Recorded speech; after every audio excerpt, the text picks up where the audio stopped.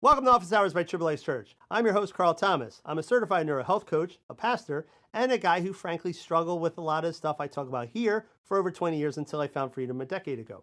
In today's episode, I'm going to be jumping in and answering this question. What does the Bible mean when it says bodily discharges are unclean? That's what I will be discussing today, so make sure you hang in there with me. Recognize that no questions are off the table, and I'm going to be as honest with my answers as I possibly can be, so don't get offended. Without any further delay, let's jump in. Okay, so this question came into our office hours page. I don't understand Leviticus 15. Why does the Bible call bodily discharges unclean? That's an interesting question. It's not one that I normally would have expected to get with our office hours page, but I kind of wanted to answer it because I think that actually this type of talk about unclean and clean can leak into how we theologically view sex and how we treat sex. So for those of you who don't know, and I'm not going to quote the passage, you can look it up on YouVersion or whatever, but Leviticus 15, there's all these verses mostly about bodily discharges and God saying, hey, if you do it here, if you do it there, you're unclean. This is unclean, that's unclean. Everything's unclean when it comes to bodily discharges, which makes you wonder, why is semen, right? Like, I think that's probably what we're trying to get at here. Why is semen so unclean? A couple things you need to know. One, first of all, realize that back then, when you're talking about Leviticus and the Old Testament, it's a big difference between unclean and sinful, all right? They're not necessarily the same thing, right? A woman who was experiencing her menstrual period was also considered unclean. But that did not mean that she was sinful or bad or evil or anything like that. It just meant she was ceremonially unclean, and discharge, same thing there. Now, why is it unclean? And this, you got to go back, and I get a lot of this from Tim Mackey, honestly. I would check out the Bible Project. It's a great website.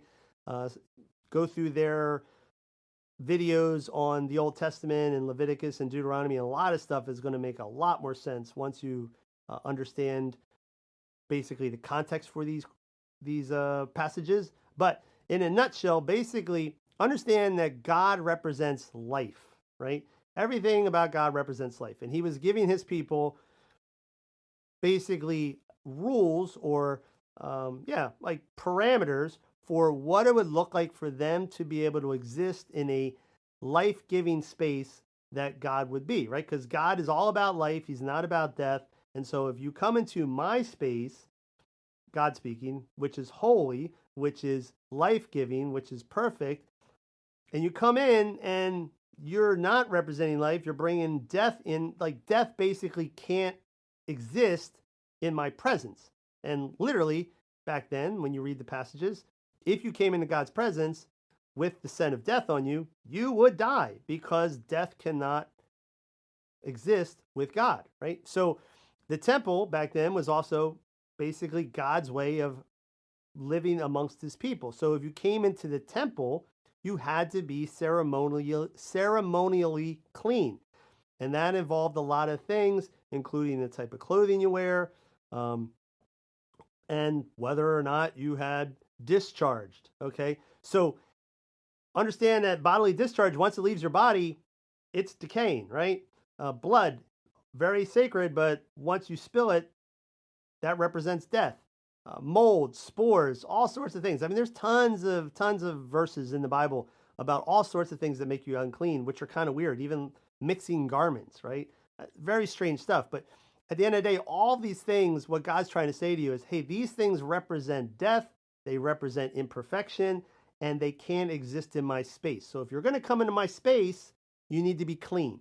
And so then they had procedures and things you could do to become ceremonially clean if you're unclean. So that's all that is. But the reason I wanted to say that is because I think sometimes, especially if we grew up in a really oppressive religious background, these words unclean get mixed up with right, holy, pure, whatever. And so what can often happen is that if these things are taught wrong, it can lead to a development of a very unhealthy sexual theology, right? Like, oh, sex is dirty, sex is unclean.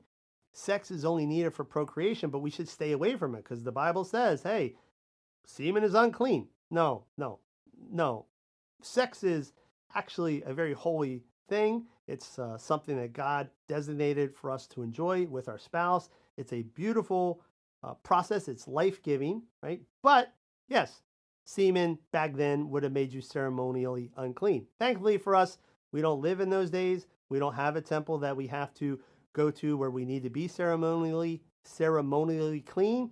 So it doesn't apply to us, right? Those verses about mold and spores and mismatched garments or whatever, none of that applies, right? Because Jesus already did the work to make sure that we are clean in God's presence all the time. That's all I got on this topic for now. I hope that helps. If you have a question for me that you want me to answer in an upcoming Office Hours episode, go to xxchurch.com/office-hours, submit your question there, and I will be sure to answer it. That's all I got. Have a great week.